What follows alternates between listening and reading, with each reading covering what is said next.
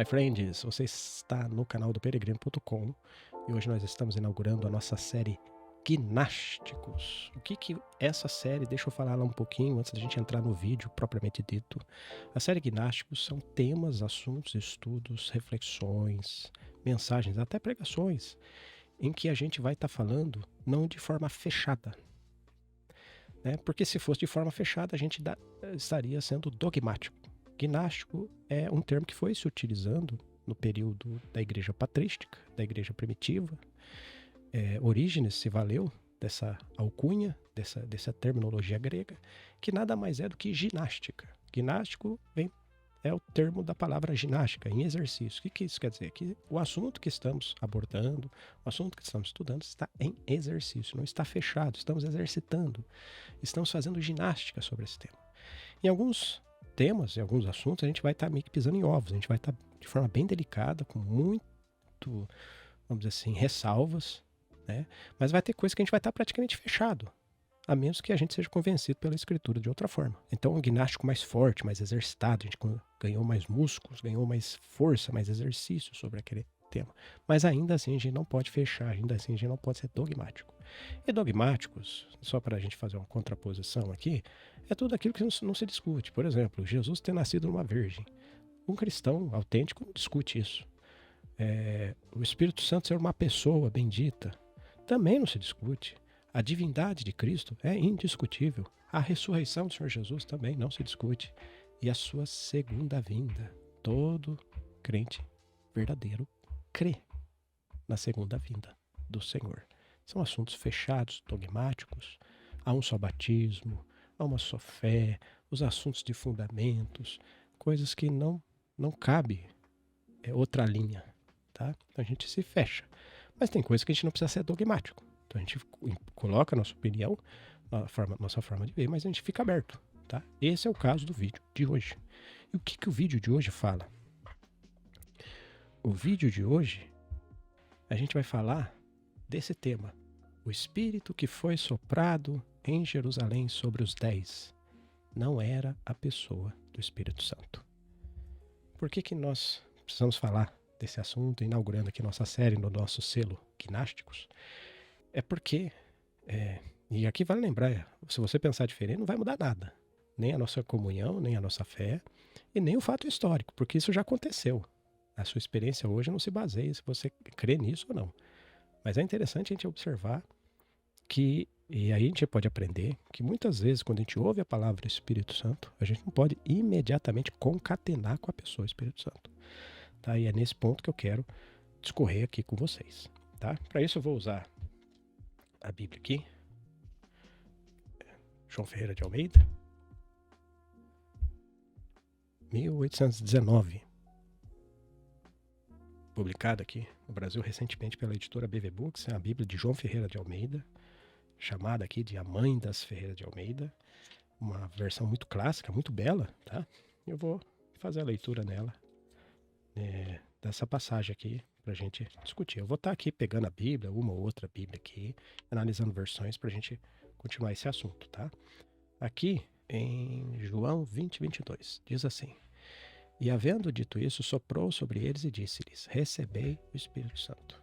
Essa passagem aqui está falando de um grupo que recebe o Espírito Santo. Isso acontece depois dos relatos das mulheres, o relato de Maria Madalena, o relato das mulheres que viram o Senhor. Então os discípulos ouvem um relato em Jerusalém, isso aqui acontece em Jerusalém. A ressurreição do Senhor Jesus se dá em 3 regiões, né? 3 lugares, em Jerusalém, depois em Emaús, depois na Galileia, que é uma região que envolve cidades, mas ali provavelmente era um lugar ali onde os discípulos estariam, né, praticando a sua profissão, né, por causa do mar da Galileia, e depois Jerusalém de novo, até ele ascender. Ele aparece a primeira vez em Jerusalém, ele sopra em Jerusalém e ele é ascendido a partir de Jerusalém. E nesse íntere aparece também Emaús, aqueles discípulos de Emaús, e aparece também a manifestação do Senhor, a sua aparição na Galileia. O que acontece aqui? Essa passagem aqui, para a maioria da tradição cristã, resolve a tensão entre ter o Espírito Santo dentro, habitando, e ter o Espírito Santo sobre, de forma externa, nas pessoas. As tradições aqui, elas se variam mais ou menos assim. E aqui eu não vou citar, obviamente, a tradição católica, não que eu não tenha noção de como eles pensam, mas eu não tenho completa noção, então eu posso aqui estar me equivocando, então eu prefiro não sustentar nada aqui em relação, porque o catolicismo tem muito dogma, tem muita coisa que vem do magistério, e pode às vezes isso aqui estar aberto também a interpretações de vários doutores da Igreja Católica, então eu preferi não trabalhar com a linha tradicional católica, nem com a linha tradicional ortodoxa, mas a linha protestante evangélica, tá? Especificamente, mais detalhadamente, a linha reformada e a linha pentecostal, com um grupo também que não deixa de ser colocado como tradição protestante, embora não seja necessariamente protestantes, que são a linha dispensacionalista. Mas vamos lá. A teologia reformada, a visão reformada, vê isso aqui de duas formas. Em João 20, 22, acontece a habitação. Em Atos 2, o derramamento com poder e também o batismo com o Espírito Santo, muito provavelmente visto como um fato histórico. A linha pentecostal vê isso de forma parecida, só que ela dá mais ênfase para a manifestação de Atos 2. Talvez tenha mais coisas a ser colhidas de Atos 2 do que tão somente o derramamento sobre, né? Mas aí tem a questão do batismo com o Espírito Santo e o revestimento de poder, manifestação dos dons e etc. Mas consegue se alinhar à linha mais tradicional com essa coisa de distinguindo João 20, 22 como quando começou o Espírito Santo a habitar nas pessoas. Então seria como se fosse um marco histórico da habitação do Espírito Santo. Já a linha dispensacionalista, ela vê com um pouquinho de reserva a João 20, 22. Alguns até defendem de forma específica que ali não está se referindo à pessoa do Espírito Santo. E o que acontece ali pode ser uma influência, um poder, ou até mesmo uma coisa, um preambular, uma coisa que está simbolizando o que ainda irá acontecer. Sabe? Como se os discípulos fossem, os apóstolos ali, fossem a representação do que iria acontecer, e para alguns até mesmo isso era uma espécie de uma cerimônia. E sendo então Atos 2, tanto a habitação quanto o derramamento, a manifestação de poder. Então aqui que entra a minha visão sobre esse tema, tá? E o meu posicionamento gnástico. Eu não vou com nenhum dos três, praticamente. Eu vejo de uma forma muito diferente. Eu tenho que usar uma chave para entender João 20, 22. Porque se não tivesse essa passagem, realmente a proposta tradicional, a proposta reformada era a que melhor se encaixaria. Mas existe uma chave e nós temos que usar essa chave para interpretar essa passagem. A chave é João, mesmo evangelho, mesmo evangelista, 7:39. Vamos lá de novo, fazer a leitura aqui. Diz assim o texto. Ele disse, e isso ele disse do Espírito que haviam de receber aqueles que nele crescem. Porque o Espírito Santo ainda não havia vindo, porque Jesus ainda não havia sido glorificado. Então aqui nós temos duas condições. Primeira condição, crer. Porque é dito aqui, todos que nele crescem receberiam. Receberiam o quê? O Espírito Santo. Então qual o pré-requisito para receber o Espírito Santo? Crer. Nada além de crer. Não é crer e ser batizado. Não é crer e ser santo. Não é crer e pagar indulgências. Não é crer e praticar penitência. Não é crer e ser justo. Não é crer e fazer caridade. Não é crer e ir aos cultos. Não é crer e dar o dízimo. É crer. E o crer de João é o crer que está em João 1,12. E João mesmo explica o que é esse crer, o que é essa fé. João 1,12 é, portanto, aos que receberam a saber. Esse a saber vai explicar o que fez esses receberem Jesus. Os que creem no seu nome. Deu-lhes Deus autoridade, potestade para serem feitos filhos de Deus. Então o fato de eu crer no nome faz eu ser filho de Deus. O fato de eu crer no nome faz eu receber Jesus. E o fato de eu crer no nome faz eu ser uma nova criatura, faz eu nascer. Então crer aqui de João 7,39 está relacionado a isso. Crer no nome. Então todos que creram genuinamente no Senhor Jesus, ele vai receber o Espírito Santo. Então, aquela ideia de que alguns crentes podem não ter o Espírito Santo, ela não fecha com João 7,39. Essa passagem de João 7,39 ela é muito forte. Ela derruba certos esquemas e certas considerações que a gente faz sobre a possibilidade de um cristão não ter o Espírito Santo, porque simplesmente João 7,39 fala que todos que crescem teriam o Espírito Santo. Então essa é a primeira condição, crer. A segunda condição, o Senhor Jesus ser glorificado. O que pesa aqui a habitação do Espírito Santo sobre as pessoas é, primeiro, ele crer, segundo, o Senhor ser glorificado. Naquela ocasião, o crer viria antes, para muitos, inclusive os próprios discípulos. Então o Senhor trata de alguns crentes que já criam nele e já tratam eles de forma até preambular como filhos, como eles tendo pai, como eles sendo edificados na igreja, que ainda não existia. Sobre esta pedra edificarei a minha igreja, uma igreja ainda não existia. Sobre a salvação, sobre a vida eterna. Enviou o seu Filho unigênito para que todo aquele que nele crer mas tenha vida eterna. Eles teriam vida eterna, só que essas coisas ainda se cumpririam. É uma espécie do design sendo desenhado.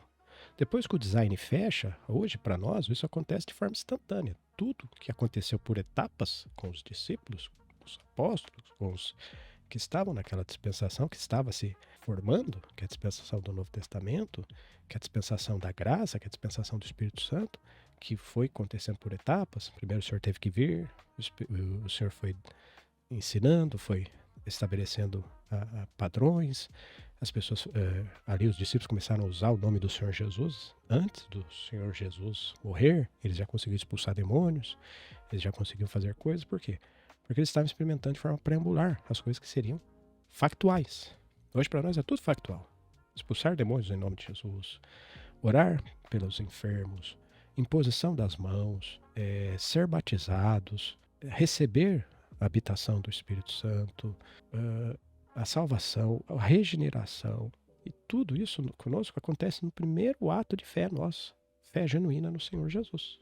No ato da fé que é real. Mas naquela época não, isso foram acontecendo por etapas, até tudo se cumprir. Então quando a gente lê o Novo Testamento e não enxergar essas etapas, a gente vai fazer confusão. Que vai parecer, por exemplo, que tem pessoas que não tinham o Espírito Santo, que eram crentes. Mas por que a gente vai fazer essa confusão? Porque a gente está enxergando uma coisa que ainda está em etapas, que hoje não está mais em etapas. Hoje é tudo factual. Acontece tudo num pacote só. Acontece no atacado. Vem tudo pronto. Lá não, o design estava sendo desenhado, o design estava sendo projetado até tudo ficar pronto, ok? Posto isso, vamos olhar agora João 20, 22 com essa chave, que é João 7,39. O que acontece com João 20, 22? Em João 20, 22 é dito que Jesus tinha ressuscitado. E era a ressurreição imediata, era a ressurreição breve, a ressurreição já de domingo. Coisas que já estavam acontecendo. Então esse evento do sopro em Jerusalém tem a ver com a ressurreição. Qual o problema aqui? A passagem de João 7,39 não diz que eles haveriam de receber o Espírito Santo quando Jesus fosse ressuscitado, mas quando Jesus fosse glorificado. Por que fala? Porque até a ocasião o Espírito não havia vindo. Ou não havia Espírito, como é no original grego, né? Não tem o vindo. Não tinha o Espírito. Isso quer dizer o seguinte, o Espírito não estava sobre as pessoas, não tinha Espírito. E porque o Senhor não tinha sido glorificado. É porque o Senhor não tinha sido ressuscitado. Alguns vão dizer, não, mas a ressurreição está falando da glorificação, mas a ressurreição é outro evento, irmão. Irmão, irmã. Alguém vai dizer, a ressurreição não está se referindo ao corpo glorificado? A glorificação de João não tem a ver com o corpo glorificado, de atravessar a parede, o corpo que não se limita mais a tempo e espaço, um corpo místico, poderoso, um corpo espiritual. Não é essa a ideia de João quando ele fala de glorificação. A ideia de glorificação de João está muito além de atravessar a parede. Tá? É claro que é um corpo maravilhoso. O corpo da ressurreição é maravilhoso, um corpo sólido, tão sólido que as coisas parecem fumaça. E você atravessa como se você estivesse passando por uma fumaça. Porque você é mais real, o seu corpo é mais intenso, mais real, mais poderoso, que as coisas são efêmeras para esse corpo. Não ele que é efêmero e atravessa a parede, mas as coisas se tornam efêmeras. A atomicidade das coisas diante desse corpo são efêmeras. Ele passa. De tão real e sólido que ele é. Isso sim é um corpo glorificado, mas Jesus, a palavra glorificação de João não tem a ver com a ressurreição, tá? Para isso a gente fica mais claro como o Evangelho de João vê a glorificação. Vamos fazer de novo a leitura aqui. Agora eu vou ler João 17, tá? Olha só que interessante. João 17, versículo 5. Presta atenção aqui, ó. E agora, glorifica-me, tu, ó Pai, junto de ti mesmo, com aquela glória que tinha junto de ti, antes que o mundo existisse. Você entendeu o que é glória para João? Isso é glória para João. É que a mesma palavra grega para glória, que está em João 7,39, é que está em João 17,5. Essa glória aqui. Essa glória em João é chamada por Pedro de exaltação, lá em Atos 2,33. E o autor de Hebreus chama isso de assentar à direita, exaltado, a majestade na altura, nas alturas. Então a glorificação tem a ver com subir, assentar-se à direita na majestade, nas alturas. É naquela hora que Jesus é glorificado tanto moralmente, quanto com o poder e a glória que ele tinha antes que o mundo existisse. A diferença é que agora ele carrega o tabernáculo humano, ele leva o homem para essa glória. E ele é um homem na glória, tá? Que ele é glorificado. Mas olha só que interessante. Vamos ainda ler aqui em Atos, capítulo 2, versículo 33, para sabermos o que acontece quando ele é glorificado. Quando ele é glorificado, olha como as peças se encaixam.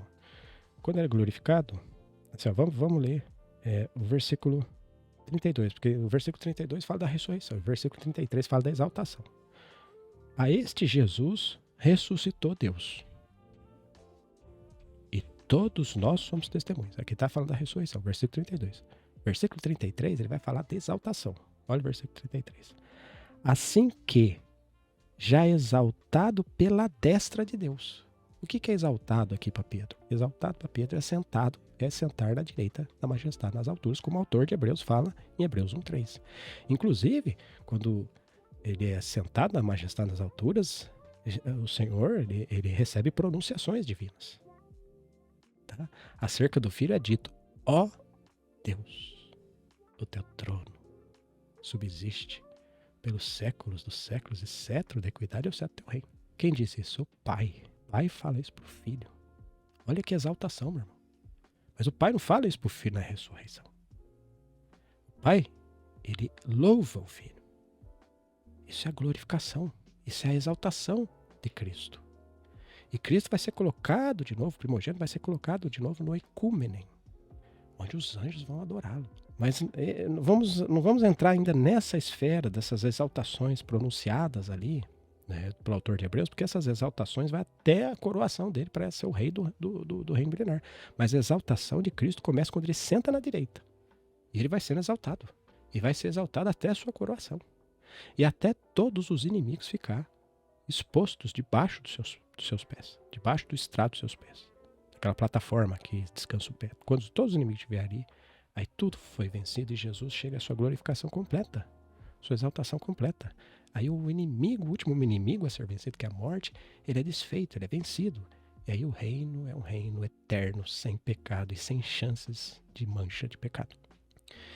Mas voltando aqui, ó, versículo 32. Vendo a este Jesus ressuscitou Deus, do qual nós somos testemunhas. Versículo 33.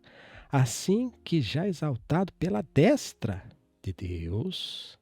Então o que é exaltação? A exaltação tem a ver com a destra de Deus, não com a ressurreição. A ressurreição é o motivo que vai fazer ele subir em ascensão e assentar à destra de Deus. Mas a exaltação, a glorificação, tem a ver com a destra de Deus.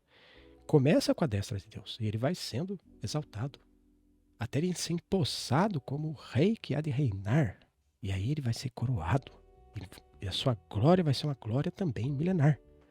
Mas aqui já começa a glorificação dele. E ele já recebe aquela glorificação que ele pede. Em João 17,5 ele recebe. Ele recebe aqui aquela glória que ele tinha com o Pai antes que o mundo existisse. Ah, que tremendo, irmão. Aqui ele é glorificado. Assim já exaltado pela destra de Deus. Olha só o que acontece quando ele recebe a exaltação. Primeiro ele é ressuscitado. Depois ele é exaltado na destra, pela destra, por estar à direita do Pai. E depois que ele ressuscitou e foi exaltado ou glorificado à destra de Deus, acontece uma coisa. E é que em seguida vem. E recebendo do Pai a promessa do Espírito Santo, derramou isto, que agora vedes e ouvis. Então, receber a promessa do Pai, receber o Espírito Santo da promessa tem a ver com exaltação. É exaltação. Quando ele é exaltado, ele recebe o Espírito Santo. Quando ele recebe o Espírito Santo, ele derrama. Irmão, isso não aconteceu lá na ressurreição de domingo, nem na ressurreição dos 40 dias. Isso não aconteceu lá. O Espírito Santo sendo derramado com uma promessa não tem a ver com João 20, 22. Então, João 7, 39 não foi cumprido em João 20, 22. E João 7, 39 está falando da derramamento do Espírito, o Espírito da promessa. E o que indica que o derramamento do Espírito e o Espírito ser dado, lá em Atos 2,35, converge tanto para a habitação quanto para o derramamento de poder. Que existe o derramamento de poder, isso é provado por Atos, capítulo 1, versículo 8, que diz: permanecer em Jerusalém, até que do alto seja revestido de poder. Depois, lá em Atos 1:8, né, diz: e sereis minhas testemunhas, ao receber poder, em toda Jerusalém, Judéia, Samaria, até os confins da terra. Então, receber poder também tem a ver com o advento de Atos 2. Mas o Espírito ser completado, derramado e dado, porque quando João 7,39 fala não havia Espírito, ele está se referindo a esse Espírito ser dado, ser vindo, e vindo no sentido de vir, e se encarnar na igreja, encontrar o receptáculo da igreja, e para ele ter expressão de carne, que é a igreja. Ele tinha expressão de carne no Senhor Jesus, e agora ele tem expressão de carne na igreja. Ele é encarnado na igreja. Antes desse evento, não tinha Espírito. João 7,39 fala que não tinha Espírito. Então, o que aconteceu no Antigo Testamento em relação ao Espírito Santo? Também não tinha vínculos de ser a pessoa bendita do Espírito Santo habitando nas pessoas. Então, no Antigo Testamento não tinha habitação do Espírito. No Antigo Testamento tinha manifestação do Espírito. E o Senhor se manifestava sobre alguns casos específicos para causar habilidade sobre as pessoas. Como teve os artesãos lá que fizeram os utensílios do tabernáculo da arca e foram revestidos do Espírito Santo e de sabedoria. Os profetas, os juízes, os sacerdotes, alguns reis. O próprio Saul profetizou, sendo um rei que reprovado por Deus. Então o Espírito Santo ele manifestava-se ali no Antigo Testamento. Tanto é que ele não é chamado de Espírito Santo no Antigo Testamento. Ele é chamado de Espírito de Deus. E por quê? Porque o Espírito Santo mesmo, com esse nome, aparece no Novo Testamento. Por quê? Nós estamos no momento que o Espírito é derramado e passa a habitar na igreja. Aí cumpre-se João 7,39. Até então não tinha Espírito. E até então não tinha Espírito, vai até João 22, não tinha Espírito. Você vai me dizer assim: mas meu irmão, está escrito lá, receber Espírito Santo. Pode contar o que está escrito. O receber Espírito Santo ali, aqui, uma coisa que cabe uma análise, por isso que é gnástico, e por isso que a gente tem que respeitar a opinião de quem acredita que é o Espírito Santo habitando já com a pessoa. Porque ele fala receber Espírito Santo, mas note uma coisa, no termo original grego, falta um artigo.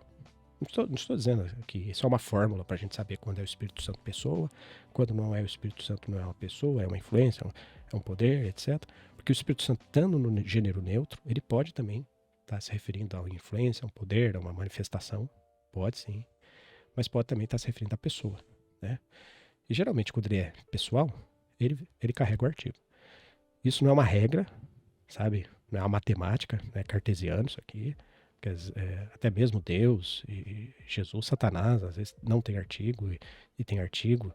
Mas no geral, de uma forma que a gente possa fazer uma avaliação, quando o Espírito Santo não está articulado, a gente tem que fazer considerações mais de perto. Nesse caso aqui, se a gente fosse traduzir de forma correta com o artigo, a gente poderia traduzir assim: recebei um Espírito Santo. E não recebeis o Espírito Santo. Esse artigo "o" é colocado pelo tradutor. O texto grego não carrega ele. Ou você coloca recebei um Espírito Santo, ou você coloca recebei Espírito Santo. O que pode indicar, sim, influência e poder, como eu creio. Tá? Mas eu creio que não é a pessoa do Espírito Santo por causa de João 7,39. João 7,39 é a regra. Se João 7,39 tivesse sido escrito por João e João 20,22 tivesse sido escrito por Mateus, a gente poderia falar, uma divergência aqui. Do ponto de vista de Mateus aconteceu isso, do ponto de vista de João. Mas não, é o mesmo autor. O mesmo autor que escreveu João 20 e 22 é o autor que escreveu João 7,39. Ele mesmo criou a condição para ele mesmo atestar que aquela realidade de João 20 e 22 não cumpre a condição que ele mesmo escreveu em João 7,39. Então nem mesmo João valida que João 20 e 22 se refere à pessoa bendita do Espírito Santo. Ah, mas por que ele escreveu? Porque ele tem que contar os fatos. Ele ouviu o Senhor Jesus falando isso, então ele tem que escrever. Agora, o que acontece? Jesus sopra. Quando a gente vai criar um paralelo com essa ideia de soprar sobre o homem, a gente não tem que olhar para a pessoa do Espírito Santo no primeiro momento. A gente tem que olhar para Gênesis capítulo 2, versículo 7. Gênesis capítulo 2, versículo 7 diz que depois que o homem foi moldado da terra, do pó da terra, diz que foi soprado na sua narina o fôlego, o sopro de vidas. De chamar Raim. Raim, no hebraico é vidas, está no plural. A tradução nossa está vida, mas se você seguir o hebraico, você teria que traduzir por espírito de vida. Soprou neles o espírito de vidas, ou sopro de vidas. Lembrando que o termo sopro, vento, geralmente é traduzido, tem conotação para se traduzir para espírito. Tá? E ali, soprou nele um fôlego de vidas. Ninguém diz que no dia que o Adão foi criado, ele tinha o Espírito de Deus. Até porque ele não podia ter o Espírito de Deus habitando dentro dele, porque ele não tinha comido ainda a árvore da vida. Quando você compara Adão e Eva antes do pecado com o processo da redenção e o propósito de Deus com a redenção, a gente vê que nossa situação hoje é superior à situação de Adão antes da queda. Porque Adão não se apropriou da vida e nós nos apropriamos da vida. Ele não comeu a árvore da vida e nós estamos na videira verdadeira, que é o Senhor Jesus. Nós nos alimentamos do pão da vida que veio do céu. Adão não teve esse privilégio. Então nós estamos numa situação melhor que Adão antes da queda. Então a redenção não só nos reposicionou, mas nos colocou em condições melhores para cumprir o propósito que foi interrompido por causa da queda do homem. Mas o paralelo quando a gente faz com Adão é sopro. Tanto Deus sopra no Éden, quanto Deus sopra em Jerusalém. Jesus é Deus. Ele é o Filho de Deus, o Pai é Deus, mas o Filho de Deus é Deus. E Jesus soprou. Deus soprou de novo. No primeiro sopro, o homem caiu. No segundo sopro, o homem é restaurado. O segundo sopro fala do espírito do homem. Quando o primeiro sopro entra, diz fôlego de vidas. Por quê? Gerou, ao entrar, o espírito humano e a alma vivente. Não foi só a alma que foi gerada a alma e o espírito. Uma vida dupla, pelo menos. E o homem passa a ter vidas, por isso vidas. Quem fizer qualquer correlação, isso aqui a Deus colocar pessoas em Adão, vidas que seriam, não faz qualquer sentido. O conceito semântico é que aquele espírito carrega mais de uma vida, é simples, é isso. E Adão teve vidas. O que acontece? Quando Jesus sopra de novo sobre o homem, ele leva vida. Então, João 20, 22 está falando do Espírito Santo como vida. Agora, olha só que interessante. Vou fazer mais uma leitura, vocês estão vendo que eu não estou saindo de João, porque tudo isso é narração de João. Olha só o que diz João capítulo 3, versículo 5. Mas antes vamos ler lá um pouquinho antes no começo. Versículo 2, 3, 2. Estou usando aqui para essa leitura João Ferreira 1819, tá bom? Este veio a Jesus de noite e disse-lhe: Rabi, bem sabemos que é mestre, vindo de Deus, porque ninguém pode fazer estes sinais que tu fazes se Deus não for com ele. Aqui vale uma consideração. A gente vai estudar isso mais de perto. Ninguém chama Jesus de Senhor, a não ser que esteja com o Espírito Santo. Enquanto a pessoa ela não é salva, ela precisa ainda ser salva, ela vai chamar Jesus de mestre, de rabi, de qualquer despotês, que significa amo. Mas Kyrios, a palavra Kyrios no grego, só foi atribuída àquele que recebeu o Senhor. Então Só uma pessoa que tem o Espírito Santo pode chamar Jesus de Senhor. É interessante porque ele vem e chama Jesus de Rabi, mestre. Jesus diz, em seguida, né, ele fala isso, né, chama ele, confessa ele como mestre, reconhece que ele é um Rabi. E Jesus fala, em verdade lhe digo que se não tornar a nascer, não pode ver o reino de Deus. Então, ele chama Jesus de mestre e Jesus vira para Nicodemos e fala, é necessário nascer de novo. Jesus não é o mestre, ele não é o Rabi, ele é o Senhor. Quando ele é Senhor, aí ele pode ser seu mestre, ele pode ser seu pastor, ele pode ser tudo. Mas se ele não for Senhor, para você ainda ele é nada. Ele não significa nada para você, enquanto ele não for Senhor da sua vida. Então ele ensina aqui para Nicodemos nascer de novo. Nicodemos vai com o mestre Rabi e ele fala, é necessário nascer de novo. Quem diz que ele é Senhor, nasceu de novo. Olha aí no Novo Testamento, faz essa avaliação de Mateus ao Apocalipse. Você vai ver que isso é uma realidade. Principalmente nos evangelhos, nos relatos dos evangelhos das pessoas que se apresentaram ao Senhor. Aí você vai ver que tem pessoas ali que precisavam nascer de novo, precisavam ter uma vida com o Senhor. Ainda que eu respeitasse, no máximo chamava ele de mestre, ou de rabi, ou de despotes, que a amo. E aqui, o Senhor diz que ele tem que nascer de novo. Só que no versículo 5, ele diz uma coisa muito interessante. Ele diz assim, em verdade te digo que aquele que não nascer da água e do Espírito não pode entrar no reino. Meu irmão, entrar no reino tem a ver com nascer do Espírito. Se você não nasce do Espírito, você não pode entrar no reino. Mas o que é esse nascer do Espírito? Agora pega esse nascer do Espírito e vai para João 20, 22. O que está escrito em João 20, 22? Recebei Espírito Santo. Que evento que está relacionado com essa experiência, com essa situação, com esse fato de Jesus soprar e dizer receber Espírito Santo? O evento da ressurreição. Então, o evento da ressurreição tem a ver com o nascer do Espírito. Por que é nascer do Espírito? Porque é o Espírito Santo que faz isso. Por isso que ele fala receber o Espírito Santo. Mas receber o que do Espírito Santo? O nascimento do Espírito Santo. E o que é o nascimento do Espírito Santo? É a vida. Em João 20, 22, sim, é o Espírito Santo, mas não como pessoa, como vida. Ele entra. Porque a ressurreição tem a ver com a vida. A ressurreição tem a ver com a regeneração. Repare para você ver. Por exemplo, Romanos 4, 25 diz que Jesus morreu por causa dos nossos pecados, por causa das nossas ofensas, das nossas transgressões. Mas tem uma conjunção adversativa. Em seguida é dito, mas ressuscitou para a justiça, para a nossa justiça. Então ele morre por causa dos nossos pecados, mas a nossa justificação não é dada na morte de Jesus, é dada na ressurreição. Então a ressurreição tem a ver com a justificação da vida. Tem a ver com a vida.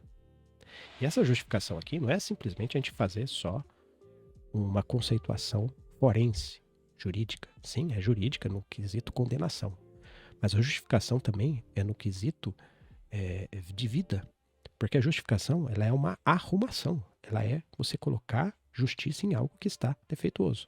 Por exemplo, quando você vê alguma coisa com problema, você diz que aquela coisa precisa ser ajustada. O relógio quebrou, eu preciso ajustar meu relógio. Mas ajustar o relógio, que vem da palavra ajustar, esse justar é justo, tornar justo é fazer com que o relógio volte a funcionar, indica que justiça é colocar as coisas em ordem. Justiça é ordenação. Ela tem a situação forense, mas ela tem a situação de ordenação, a situação de perfeição. Então, a justiça da vida que Paulo fala tem a ver com a nossa regeneração. Então, a ressurreição tem a ver com a nossa regeneração. A morte tem a ver com ele ser punido no nosso lugar. Ali está o substituto. Mas a ressurreição tem a ver com que os seus méritos, com o que ele alcança, ele nos outorga por meio da vida. Por que por meio da vida? Porque a ressurreição é vida. Ela tem a ver com a vida. Então, meu irmão, a ressurreição fala da vida. A ressurreição fala da regeneração, não do Espírito Santo ainda. É claro que para nós tudo acontece no momento que a gente crê. Mas naquele momento, naqueles eventos, naquelas situações em que as coisas aconteciam, dentro de etapas, dentro de um design, a ressurreição ela tem a ver com a regeneração, a vida. E a glorificação, sim, tem a ver com o Espírito Santo sendo derramado, habitando, revestindo e se tornando a dispensação atual. E agora pode-se dizer há Espírito, porque antes não havia Espírito, agora há Espírito. Então a exaltação, ela tem a ver com o Espírito Santo. A ressurreição tem a ver com a vida. Olha só que interessante essa passagem que eu vou ler em Ezequiel, capítulo 36, versículo 26. E vos darei um coração novo, e darei um espírito novo dentro de vós. Essa expressão dentro de vós é importante, porque Jesus soprou, esse espírito novo foi colocado dentro. Agora olha só que interessante. E tirarei da vossa carne o coração de pedra e vos darei um coração de carne. Ele não fala que tirará o espírito antigo. Ele fala que vai colocar um espírito novo. Por que o espírito antigo, ou o espírito velho, ou o espírito que somos nós mesmos, considerando que a Bíblia fala que nós somos espírito, alma e corpo. Tem gente que fala que a gente é corpo e alma. Essa pessoa não pode estar mais enganada. Ela está indo contra a Bíblia. A Bíblia fala espírito, alma e corpo. Acabou. Não, Hebreus 4:12, Lucas 1, Tessalonicenses, várias outras passagens. O próprio Antigo Testamento fala o tempo todo que nós somos três: espírito, alma e corpo. Só que esse espírito que nasce com a gente, ele foi morto por causa da queda. Morto no sentido que ele está sem comunhão com Deus. E lá, já no Antigo Testamento, esse espírito era despertado. Era despertado pelos meios que Deus usava para despertar esse espírito, para que tivesse comunhão. Então, por exemplo, Davi tinha um espírito despertado. De outro modo, Davi não seria espiritual, Moisés não seria espiritual, Jeremias não seria espiritual. Então, existia esse despertar do espírito, mas era esse espírito velho. Esse espírito velho no sentido de não ser algo novo. Esse espírito que é o que nós temos no nascimento. Então ele é despertado na nossa fé, na nossa conversão. A gente recebe o despertar dele, ele é vivificado. Mas será que ele nasce? Uma coisa morta nasce ou uma coisa morta revive? Agora olha que interessante. Em Ezequiel 36, 26, não é dito que o espírito velho é reavivado. É dito que entra um espírito novo. Se é novo, não tem nada, é uma novidade. Não tem nada a ver com até então o que tínhamos ou o que éramos. Do mesmo jeito que o coração também é uma novidade. A diferença é que o coração tem que ser substituído. Nosso coração da queda ele tem que ser removido. O espírito nosso não pode ser removido porque ele tem comunhão com Deus. Então ele tem que ser reavivado. Mas um espírito novo entra. Não é o Espírito Santo. Aqui em Ezequiel 36, 26 não é o Espírito Santo porque ele fala um espírito novo. O Espírito Santo não é chamado de Espírito Novo. O Espírito Santo não é Espírito Novo. E a prova que também não é o Espírito Santo é que não está articulado. E aqui a tradução fez corretamente, colocou um Espírito. Vamos ver aqui de novo. Aqui com a João Ferreira, 1819, é dito: e darei um Espírito Novo. Não fala o Espírito Novo, porque não tem artigo. Não tem o top pneuma. Só que no versículo 27, olha que curioso. Ele fala de novo, só que agora ele não fala de um Espírito novo. Ele fala de outro Espírito. No versículo 27, ele diz assim: e darei, esse e está dizendo que mais ele vai dar. Que e vos darei um coração de carne. Primeiro e. Depois, e darei um Espírito novo. Segundo e. Depois um terceiro e darei dentro de vós o meu Espírito. Terceiro e. Tá? Essas conjunções elas são muito importantes, tanto no grego quanto no hebraico. Elas separam coisas que são de ordem diferente. Então, o e do coração de pedra é uma coisa, o e do Espírito Novo é outra coisa, e o e do meu Espírito. E aqui é interessante, que, né? E vos darei, no versículo 27, e vos darei o meu Espírito. Aqui está com letra maiúscula e tem o artigo, o meu Espírito. Top pneuma. Se você for lá na Septuaginta, você vai ver top pneuma. Por que é importante aqui? Porque aqui nós temos coração novo, Espírito novo e o meu Espírito. Mas que hora que foi dado o Espírito novo pra gente? Antes do Espírito habitar. Irmão, está claro que foi em João 20, 22. Em João 20, 22, cumpre-se Ezequiel 36, 26. Alguém vai dizer, mais dispensacionalista clássico, vai dizer, isso aqui é para os judeus. É verdade. Só que as coisas que acontecem com a igreja são um preâmbulo daquilo que ainda vai acontecer com o judeu. Porque a igreja estava em mistério para os profetas. Então isso aqui já acontece com a igreja. O cumprimento profético de Ezequiel é duplo. Tanto acontecerá com os judeus, quanto acontecerá com a igreja. Então o design vai se repetir com os judeus. Eles vão ter coração quebrantado, o espírito deles vai ser renovado e depois o Espírito Santo vai ser derramado sobre eles. Só que isso já aconteceu com a igreja, meu irmão. E João 20, 22, ele prepara o espírito que vai receber o Espírito Santo. Primeiro, ele reaviva o meu espírito que estava morto. Segundo, ele coloca um espírito novo. Esse espírito novo, pensa como o ar entrando, carregando vida. O apóstolo João chama de semente. Ele fala que essa semente não peca. Depois ele fala lá no capítulo 5 da sua epístola que o maligno não toca. Por quê? Essa semente ela é sem pecado. Tem uma parte sua que não peca, tem uma parte minha que não peca. Se você se converteu, meu irmão, minha irmã, my friend, peregrino, peregrina, tem uma parte sua que não peca. Essa parte que foi levada à semente. Criou dentro de você uma força sem pecado. Uma região sem pecado. O Espírito Santo está habitando nessa pessoa, nesse espírito. Então, por um lado, o espírito antigo é reavivado, por outro, um novo espírito nasce. Por isso que o Senhor Jesus fala, nascer. Nascer do alto, nascer de novo. Depois ele fala que esse nascer é nascer do espírito.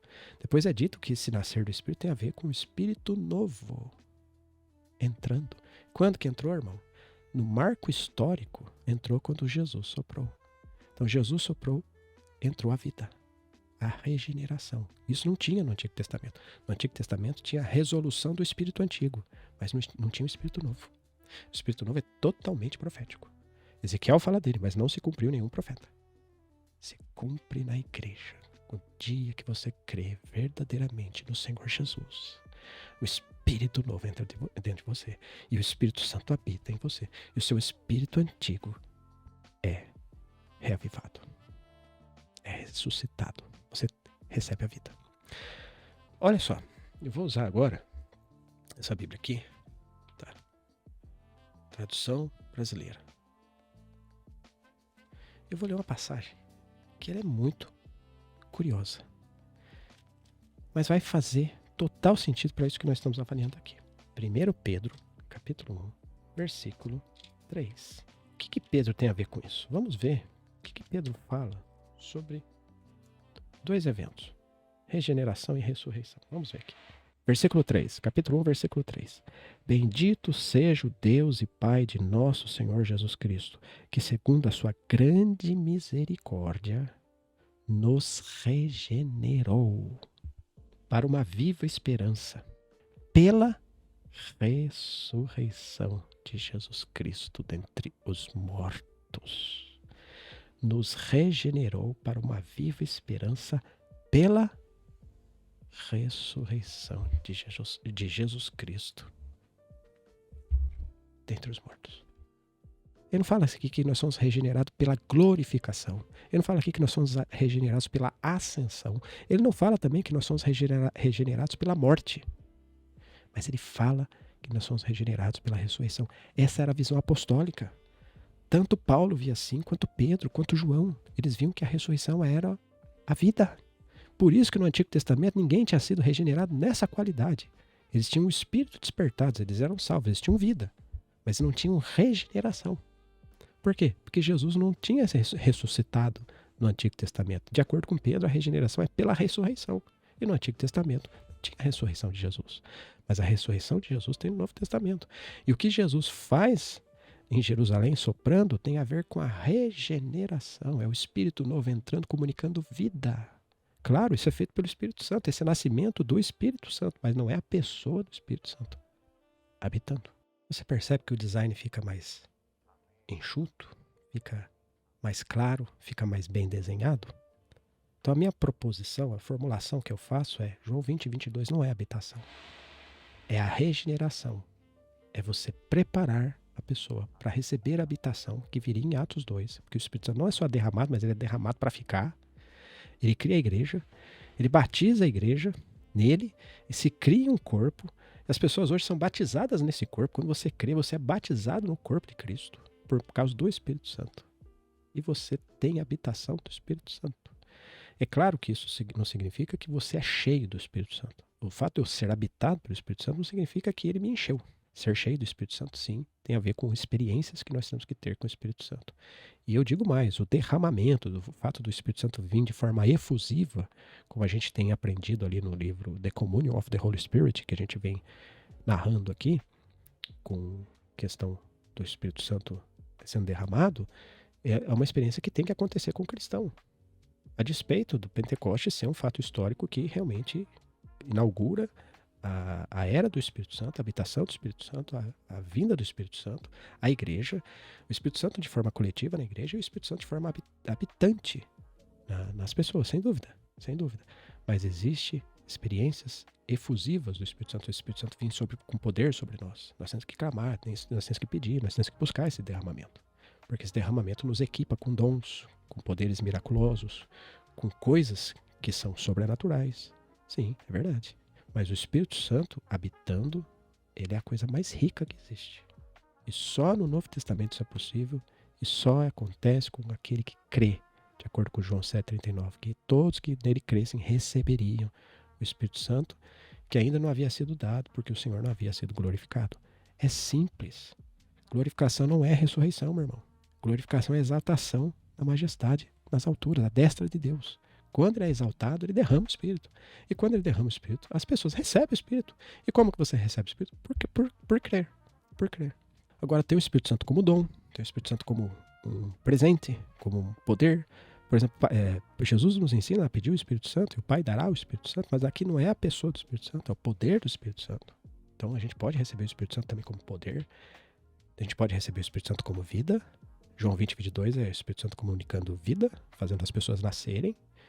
E no Atos 2 é o Espírito Santo habitando e revestindo. Com isso, a gente consegue resolver essa tensão. Pedro prova pra gente que a regeneração tem a ver com a ressurreição, não com a glorificação. Então, se a gente é regenerado através da ressurreição, significa que João 20:22 está falando da regeneração e não da habitação. E por que aparece o Espírito Santo? Porque é o Espírito Santo o autor dessas coisas. É o Espírito Santo que faz tudo isso acontecer. Ezequiel 36:26 fala que da gente receber um Espírito novo primeiro, e depois no versículo 27 fala que a gente vai receber o próprio Espírito de Deus. Isso acontece. Primeiro a gente recebe um Espírito novo em João 20:22, e em Atos 2 a gente recebe o próprio Espírito Santo. Isso aconteceu de forma em que o projeto da redenção e do propósito eterno foi se estabelecendo. Hoje conosco acontece de forma total, porque Cristo é total. Acontece de uma única forma. Só que a gente tem que ser cheio do Espírito Santo. Isso é experiência. Isso é experiência. É fé que você tem que ter no Senhor e uma vida consagrada. Aí você pode ser cheio do Espírito Santo. E, inclusive, você tem que buscar os dons. Aí são experiências. Mas o Espírito Santo já habitando em você. Você só pode ser cheio de uma coisa que está em você. Como é que você vai ser cheio de uma coisa que você não tem? Então, você primeiro tem, mas você agora, depois de ter, você tem que encher. E o fato de Pedro falar que a ressurreição, que a regeneração tem a ver com a ressurreição, e o fato de Jesus estar ressuscitado em João 20:22, naquele momento que ele sopra sobre os discípulos em Jerusalém, diz muito mais da regeneração do que da habitação. Então, para mim, isso fica muito claro, resolve a tensão de João 7:39 da melhor maneira, e também explica que o Espírito Santo também pode ser derramado como uma pessoa habitante, mas também como um poder efusivo, o que acontece em Atos 2. Para finalizarmos, tomar uma aguinha, vamos entender por que Tomé não estava presente. Judas não estava presente porque foi o traidor. Morreu, se enforcou, ele era um diabo. Satanás se apossou dele, foi para o seu lugar devido. Mas por que Tomé não estava? E por que o Senhor esperou o momento certo para aparecer quando Tomé não estava? Porque Tomé, ele não cria na ressurreição, ele estava sendo de todos os que mais estava duvidando. Alguns já estavam admitindo que realmente era ele. Tomé, ele até estava admitindo. Ele não estava negando as visões que estavam tendo, mas ele estava dizendo que aqui não eram visões reais. Eram visões de um espírito. Tanto é que quando Jesus fala para ele pegar ele fala, um espírito não tem carne. Por que o Senhor Jesus usou essa expressão, um espírito não tem carne? Porque alguém estava dizendo, elas estão vendo Jesus, mas é o espírito dele. É o espírito de Jesus. Eles não estão vendo Jesus em carne e osso. Porque Tomé admitiu, realmente essas visões são verdadeiras, eles estão vendo, mas estão vendo o espírito. Só que ver o espírito não é ressurreição. É por isso que as testemunhas de Jeová, elas falham aqui. Elas falam em tantas coisas. Aqui elas falam grosseiramente, porque elas falam que a ressurreição de Jesus foi espiritual. E muitos gnósticos também admitiam isso, que a ressurreição de Jesus era espiritual. E muitos hereges do tempo da patrística, dos primeiros cristãos, começaram a divulgar coisas dessa natureza. Então eles tinham essa fé de Tomé, de admitir, talvez elas estejam vendo apenas um espírito. Então Jesus espera ele não estar presente e aparece para os 10. Quer dizer que Tomé não recebeu aquele sopro? Não. E por que ele não recebeu? Vamos lá. Vamos fazer de novo a leitura aqui. Vou usar aqui a tradução brasileira. Vamos ler aqui em Romanos, capítulo 10, versículo 9. Romanos, capítulo 10, versículo 9. Se confessares a Jesus com a tua boca como Senhor e creres no teu coração que Deus ressuscitou dentre os mortos, serás salvo.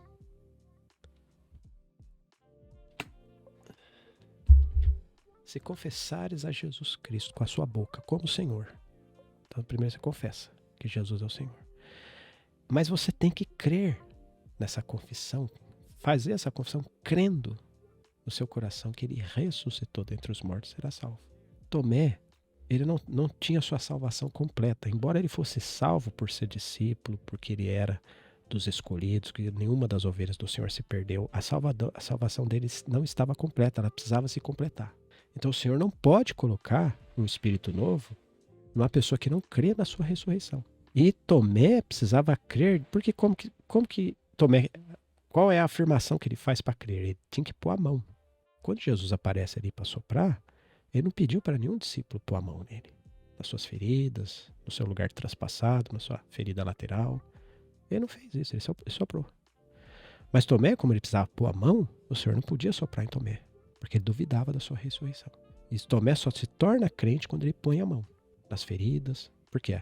Provavelmente quem viu o Senhor estava falando para ele, nós vimos, as chagas deles está preservada. As mulheres abraçaram os pés do Senhor Jesus, provavelmente elas viram os pés perfurados. E elas falaram, vimos os pés dele e estava lá a perfuração.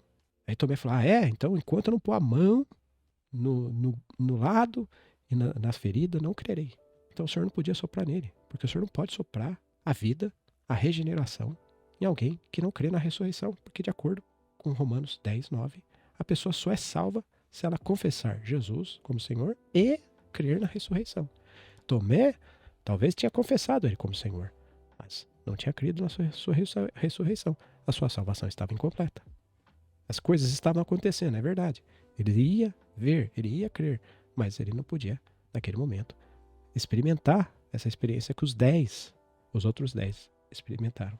Então Tomé fica de fora. Quando Tomé crê, aí o Senhor reconhece que ele crê, fala, porque vistes creste, aí o Senhor dá a ele a salvação completa. E provavelmente aquele sopro, por inferência, também entra nele. Então ele é regenerado, o Espírito Novo entra nele e ele também recebe. Depois, em Atos 2, ele recebe o Espírito Santo. Então, até essas coisas acontecer, meu irmão, o design da redenção e o projeto e o propósito de Deus ser inaugurado de forma completa se dá depois da ascensão e até a descida do Espírito Santo, onde tudo se completa. Porque com a descida do Espírito Santo nasce a igreja. Aí tudo se completa. E o propósito de Deus entra em franca operação. Então, no meu entendimento, de forma ginástica, né, o exercício, eu não creio que João 20, 22 se refira à habitação da pessoa do Espírito Santo, mas sim à habitação da vida do Espírito Santo no Espírito Novo. Por que Espírito Novo? Porque Espírito é sopro e Jesus sopra. Só que nesse sopro ele comunica a vida. Essa vida é o nascer do Espírito. Quem faz isso é o Espírito Santo. Por isso ele fala, receber o Espírito Santo. O Espírito Santo é o agente que faz essa vida acontecer no homem. A prova disso está em Pedro, que diz que nós somos regenerados pela ressurreição, e não pela glorificação, e não pela morte, e também não pela ascensão, mas pela ressurreição. Paulo também fala isso em Romanos 4, 25. Então a ressurreição tem a ver com a regeneração. A exaltação tem a ver com o Espírito Santo sendo derramado, com a inauguração da igreja, com a habitação do Espírito Santo em todo crente que nele cresce, conforme João 7,39. E para a gente não restar dúvidas, vamos fazer só mais uma leitura em João, capítulo 16. João 16, versículo 7. Diz assim: porém vos digo a verdade, que convém que eu vá. Porque se eu não for, o Consolador não virá a vós. Porém, se eu for, vô-lo enviarei. Usei para isso a Bíblia João Ferreira de Almeida, 1819. O que é esse ir? Em outro momento ele fala, vou preparar-vos lugar. Então ele vai. Esse ir é ir ao Pai. Ele não tinha ido ao Pai. Mas de acordo com o versículo 7, se ele não fosse, ele não podia dar o Consolador. O Paráclito, que é o nome do Espírito Santo no Novo Testamento. Paráclito. O Paracleto, que pode significar consolador, advogado, ajudador, intercessor, companheiro. É melhor não tentar traduzir essa palavra. A tradução brasileira preferiu não traduzir, a Bíblia textual também preferiu não traduzir, a Bíblia de Jerusalém igualmente preferiu não traduzir. Está correto. Talvez fosse intenção do Espírito Santo que essa palavra não fosse traduzida, porque ela carrega múltiplas formas. Uma palavra multiforme, de múltipla semântica. Então ele é o consolador, o companheiro, o intercessor, aquele que está do seu lado. Mas ele não pode vir se o Senhor não for. E na ressurreição o Senhor não tinha ido. O Senhor não tinha ido. O Senhor tinha ressuscitado. O Senhor saiu do Hades. O Senhor venceu a morte. O Senhor triunfou sobre a morte. O Senhor nos dá a justificação na ressurreição. Mas ele não dá o Consolador. O Consolador só vem quando ele vai. Aí cumpre-se o que está em Atos 2,33. Cumpre-se o que está em Hebreus 1,33. Cumpre-se o que está em Ezequiel 36,27. Cumpre-se a palavra que ele diz: ficai em Jerusalém, até que do alto sejais revestido de poder. Cumpre-se a descida bendita do Espírito Santo. Cumpre-se João 7,39, que diz que ninguém ainda tinha o Espírito, porque ele ainda não havia sido dado, porque o Senhor não havia sido glorificado, porém viria sobre todo aquele que nele cresce. Tudo isso acontece quando ele vai. Então João 20,22 não é a ida do Senhor. Então João 20,22 não pode estar se referindo ao Paráclito sendo dado, habitando e revestindo as pessoas. Tudo bem? Esse vídeo ficou um pouco longo, mas eu achei que foi importante. Lembrando aqui que ele foi uma sugestão também de um querido irmão chamado Michael Drummond, que falou, que sugeriu que isso aqui poderia ser um vídeo. Na época eu anotei e falei assim, realmente isso aqui vai ser um vídeo. E a gente estava esperando inaugurar essa série, a série Gnásticos, para a gente pôr esse vídeo em ação. Se você ficou comigo até aqui, muito obrigado por essa reflexão, por esse estudo. Deixa aqui nos comentários suas considerações. Eu leio todos os comentários, eu respondo todos os comentários. E o Senhor possa estar conduzido a sua vida. Obrigado pela companhia. Nos vemos logo ali ou no próximo vídeo.